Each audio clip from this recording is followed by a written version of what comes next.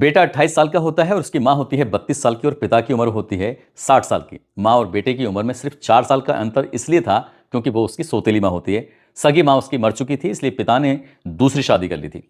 जैसे जैसे वक्त आगे बढ़ रहा था, बेटा पहले से ही बड़ा था लेकिन और बड़ा हो जाता है और वो माँ से इस तरह से बातचीत करता था कि पिता को बिल्कुल भी पसंद नहीं आता था। पिता ने कई बार बेटे को समझाने की कोशिश की कि बेटा तुम अपनी माँ के इतने नजदीक मत जाओ, ये बात सही नहीं है। लेकिन बेटे के मन में ऐसी शायद कोई बात नहीं थी। जैसे जैसे पिता मना करता था, बेटा जस्ट उसका उल्टा करता था। और जैसे बेटा उल्टा कर रहा था तब पिता को गुस्सा आना शुरू हो जाता है।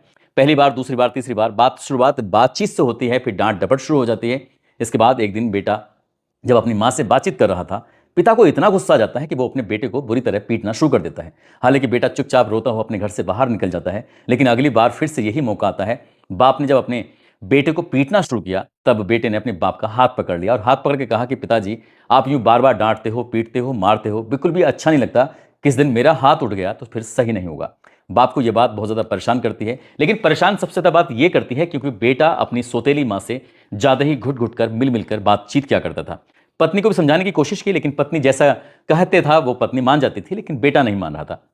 तीसरी बार कुछ ऐसा होता है, बेटे को डांटा गया, उसके बाद फिर पीट दिया गया। जैसे ही बेटे को पीटा जाता है तो बेटा गुस्से में पलटकर पिता को पीट देता है। बस पिता को पीटना था और उसके बाद फिर यह मामला इतना बिगड़ जाएगा, किसी ने इस बात की कल्पना नहीं की थी। यहीं से एक कत्ल की ऐसी स्क्रिप्ट लिखी जाती है, ऐसी कहानी लिखी जाती है। जब ये कहानी जनता के, लोगों के सामने अखबार, टेलीविजन और न्यूज चैनलों के माध्यम से आती है तो लोगों को यकीन नहीं हो रहा था कि कत्ल की इतनी भयानक वजह भी हो सकती है। एक बाप अपनी आर्थिक तंगी को दूर करने के लिए, अपनी पत्नी को अपने बेटे से दूर करने के लिए इतना खौफनाक कदम उठा सकता है। आज की इस कहानी को सुनने के बाद आप लोग भी सोचने पर विवश हो जाएंगे, मजबूर हो जाएंगे। आदाब, नमस्कार, सत श्री अकाल। मैं उस्मान सैफी। आज की जो कहानी मैं आपको सुनाने जा रहा हूं, ये सच्ची घटना है उत्तर प्रदेश के जिला मुरादाबाद की। जिला मुरादाबाद का एक थाना लगता है कुंदरकी और कुंदरकी का एक गांव लगता है जैतपुर। यहां का रहने वाला एक किसान जिसका नाम भीमसेन होता है, वो जब अपने खेतों की तरफ जा रहा था तो 16 नवंबर 2025 की शाम की ये बात है। उसके खेत के किनारे एक लाश पड़ी हुई थी। जैसे ही उसे ये देखता है, वो देखकर आसपास के लोगों को इकट्ठा कर लेता है। इकट्ठा करने के बाद इस मामले की, इस घटनाक्रम की जानकारी वो पुलिस को देता है। पुलिस को सूचना दी गई थी और ये सूचना दी गई थी कि साहब यहाँ पर ऐसा लग रहा है जैसे रोड किनारे एक्सीडेंट हो गया है और एक लड़के की मौत हो गई है। आप जितनी जल्दी हो सके मौके पर आ जाइए। पुलिस मौके पर आती है। मौके पर आने के बाद उस लाश को कब्जे में लेती है और कब्जे में लेने के बाद उसको पोस्टमार्टम हाउस के लिए भिजवा दिया जाता है। पुलिस ने जब उसकी तलाशी ली तो उसके जेब में एक डीएल निकलता है, यानी कि ड्राइविंग लाइसेंस निकलता है। और ड्राइविंग लाइसेंस को जब देखा जाता है तो उस नाम लिखा था अनिकेत शर्मा, उम्र लगभग 28 साल के आसपास होती है। वो रहने वाला होता है नई बस्ती, दुर्गा कॉलोनी, बहजोई, जिला संभल, उत्तर प्रदेश।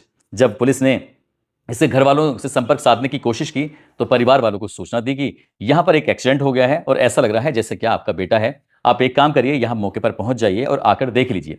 परिवार वालों को जैसे सूचना मिलती है, परिवार वाले मौके पर पहुंच जाते हैं। परिवार के लोग थे, रो रो कर बिलख रहे थे, उनका बुरा हाल था। तभी पिता बाबूराम शर्मा कहता है कि साहब ये मेरा ही बेटा है। दरअसल ये चंदोसी एक शादी समारोह में गया हुआ था, मुझे नहीं पता इसके साथ क्या हुआ है।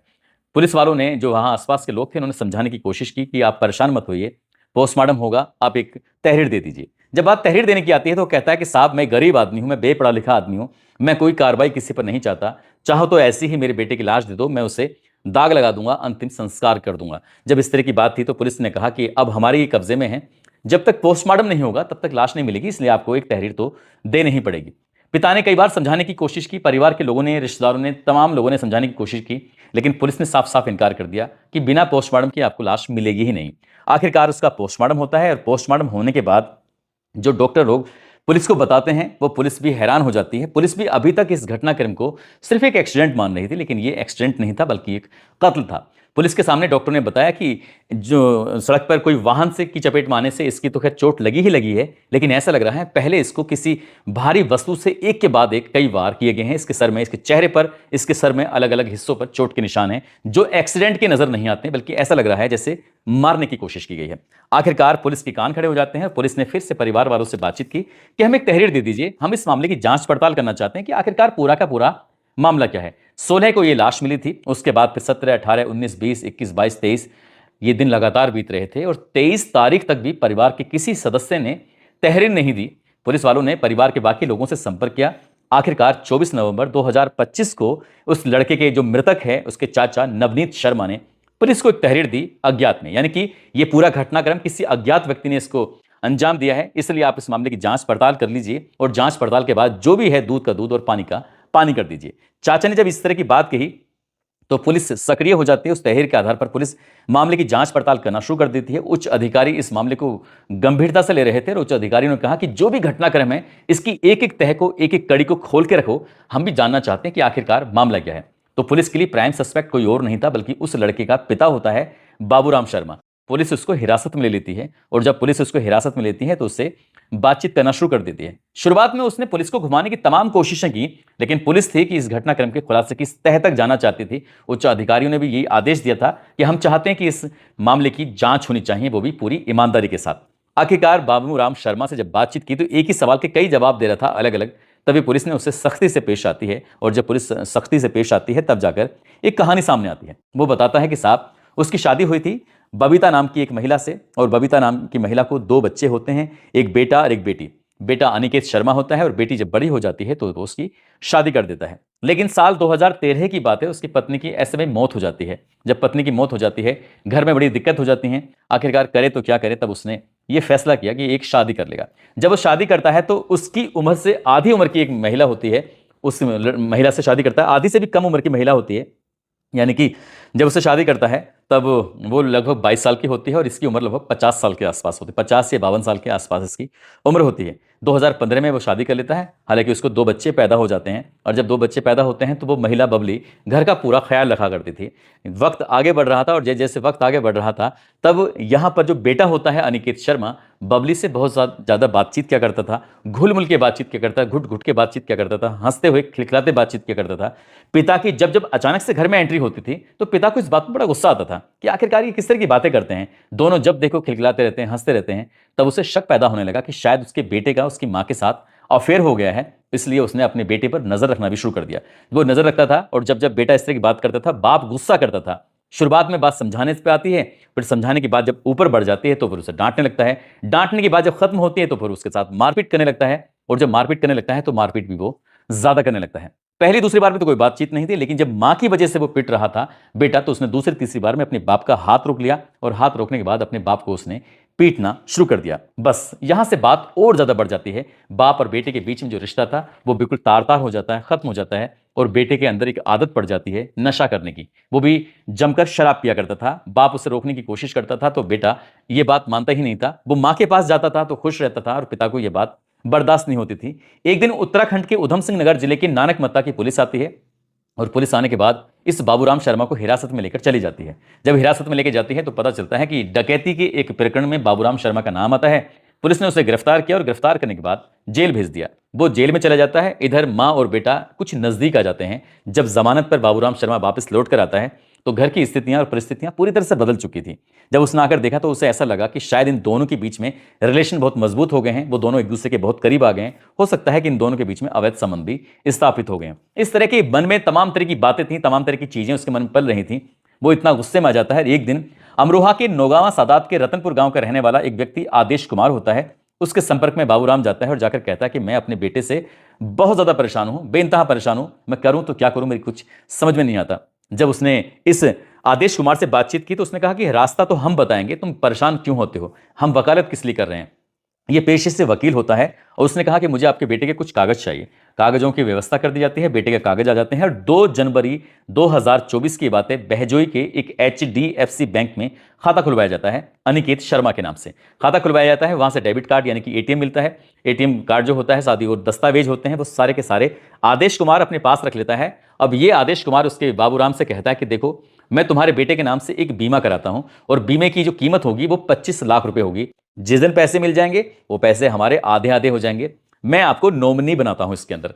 इस तरह की बात थी। बाबूराम खुश हो जाता है और जो किस्त के पैसे थे, किस्त की भरपाई थी, ये वकील साहब यानी कि आदेश कुमार कर रहे थे। वक्त आगे बढ़ रहा था और जब वक्त आगे बढ़ रहा था तब ये तय हो ही जाता है, लेकिन ये कोई नहीं जानता था यहां 25 लाख रुपए की नहीं बल्कि उसने 2 करोड़ 10 लाख रुपए का बीमा कराया था और इस बात को उसने किसी को भनक तक नहीं लगने दी थी। पुलिस जब इस प्रकरण के मामले की जांच पड़ताल कर रही थी तब ये मामला सामने आता है कि 2 करोड़ 10 लाख रुपए का बीमा बेटे का कराया जाता है। अब ये तय करते हैं कि बेटे का कत्ल कराना है। कत्ल कराने के लिए बाबूराम और आदेश कुमार मिलकर एक कातिल का इंतजाम करते हैं और उस कातिल का नाम होता है असलम उर्फ सुल्तान, जो कि रामपुर का रहने वाला होता है, वो कहता है कि साहब मैं कल कत्ल कर दूंगा, यानी कि हत्या कर दूंगा, लेकिन इसके बदले में मुझे 3.5 लाख रुपए चाहिए। वो कहते हैं हमें कोई दिक्कत नहीं है, एतराज नहीं है, लेकिन वो एक्सीडेंट लगना चाहिए, कुछ ऐसा काम करना है। कहते हैं बिल्कुल ठीक है, वैसे ही हो जाएगा। असलम अब अकेला नहीं था, असलम ने अपने 2 साथियों को पकड़ता है। एक तहब्बुर मेवाती होता है, दूसरा साजिद होता है। तीनों मिलकर प्लानिंग करते हैं कब कहां कैसे कैसे करना है, और ये प्लानिंग बनती है 15 नवंबर 2025 की। बाबूराम अपने एक साथी विजय के साथ साथी बेटा अनिकेत के साथ बाइक पर बैठ के सीधे पहुंच जाते हैं चंदोसी गंगा एक्सप्रेसवे की पुलिया के नीचे, और यहां पहले से ही असलम, तहब्बुर और साजिद मौके पर मौजूद होते हैं। उनके पास एक वैगनार कार होती है। बाप अपने बेटे से कहता है कि बेटा एक काम करो, शादी में तुम चले जाओ, मैं तुम्हारे ये चाचा हैं विजय, इनके साथ कहीं बाहर निकल जाता हूं, मुझे कुछ जरूरी काम आ गया है। ये मेरे दोस्त हैं, ये तुम्हारा पूरा ख्याल रखेंगे, इन्हें परेशान मत करना। अपने उस बेटे जिसकी उम्र लगभग 28 साल के आसपास होती है, अनिकेत शर्मा को समझाता है। बेटा भी खुश हो जाता है इन तीनों के साथ जाने के लिए। खुश इसलिए हो जाता है क्योंकि चंदोसी में जैसे ही पहुंचते हैं, वहां जाने के बाद इसको शराब पिलाई जाती है। उससे पूछा जाता है कि तुम कौन सी शराब पियोगे। उसने अपने जो ब्रांड का नाम था उसकी इच्छा पूरी कर दी, ब्रांड दिया, उससे पूरा पी जाता है। वो फ्री की शराब थी, इसलिए आराम से जम के पी लेता है। उसे लग रहा था कि बहुत अच्छा हुआ जो पिताजी नहीं आए और मैं आया। अब यहां से गाड़ी चलती बिलारी की तरफ। गाड़ी जब बिलारी की तरफ गई थी, तब वो उसे फिर से शराब पिलाई जाती है, और जब फिर से शराब पिलाई जाती है तो फ्री की शराब थी, उसने और ज्यादा पी ली। अब वो ऐसी स्थिति में नहीं था कि विरोध कर सके, ऐसी स्थिति में नहीं था कि वो ठीक से खड़ा भी हो सके। यहां से गाड़ी चलती है मुरादाबाद के कुंदर की थाना क्षेत्र के जैतपुर गांव की तरफ।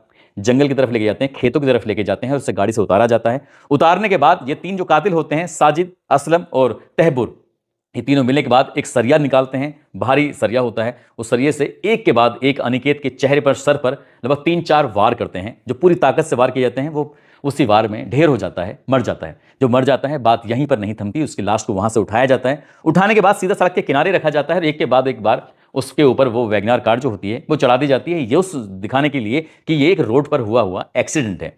वो इतना काम करने के बाद यहाँ से चले जाते हैं। पुलिस को लाश मिल जाती है अगले दिन, यानी कि शाम को लाश मिल जाती है। और जैसे लाश मिलती है, उसके बाद फिर पुलिस इस मामले की जांच पड़ताल कर रही थी। शुरुआत में पुलिस भी यही समझ रही थी, लेकिन पिता जब पकड़ा जाता है तो पूरी कहानी निकल के सामने आती है। और पिता को भी तभी पता चला था कि बेटे का जो बीमा हुआ था वो 25 लाख का नहीं हुआ था, बल्कि 2 करोड़ 10 लाख रुपए का बीमा हुआ था। यह सुनने के बाद पिता के भी पैरों तले जमीन खिसक जाती है। पुलिस ने सभी लोगों को गिरफ्तार किया, गिरफ्तार करने के बाद जेल भेजा। और साथ ही इस घटनाक्रम के खुलासे के बाद जब अखबारों में ये खबर छपती है, सोशल मीडिया पर ये खबर चलती है, तो वाकई रिश्तों को शर्मसार कर देने वाली कहानी सामने आती है। ये तो क्लियर नहीं हो पाया कि मां और बेटे के अवैध संबंध थे या नहीं थे, लेकिन बाप ने अपनी गरीबी को दूर करने के लिए, बाप ने अपनी पत्नी से दूर करने के लिए अपने बेटे को, और साथ ही बाप ने अपनी तसल्ली के लिए अपने ही बेटे का इतना भयानक रूप में कत्ल कराता है। और वो पैसा लेना चाहता था। उस बेवकूफ़ को यह भी नहीं पता था कि जिस बेटे का वो कत्ल करा रहा है उसके थोड़े बहुत नहीं, 2 करोड़ 10 लाख रुपए का बीमा हुआ है, जबकि उसको बताया गया था 25 लाख का। और उसके हिस्से में आते भी, यदि इस मामले का कभी खुलासा नहीं होता, तो सिर्फ 12.5 लाख रुपए आते। बाकी सारे के सारे पैसे वो एक्सीडेंट का क्लेम हासिल कराने वाला वकील आदेश कुमार ही हत्या लेता। पुलिस ने गिरफ्तार किया, और गिरफ्तार करने के बाद उनके चेहरे को बेनकाब कर दिया। और बेनकाब करने के बाद समाज में दिखाया कि किस किस गंदी प्रवृत्ति की, किस किस गंदी जहनियत के लोग भी हमारे आसपास के लोगों के बीच में रहते हैं।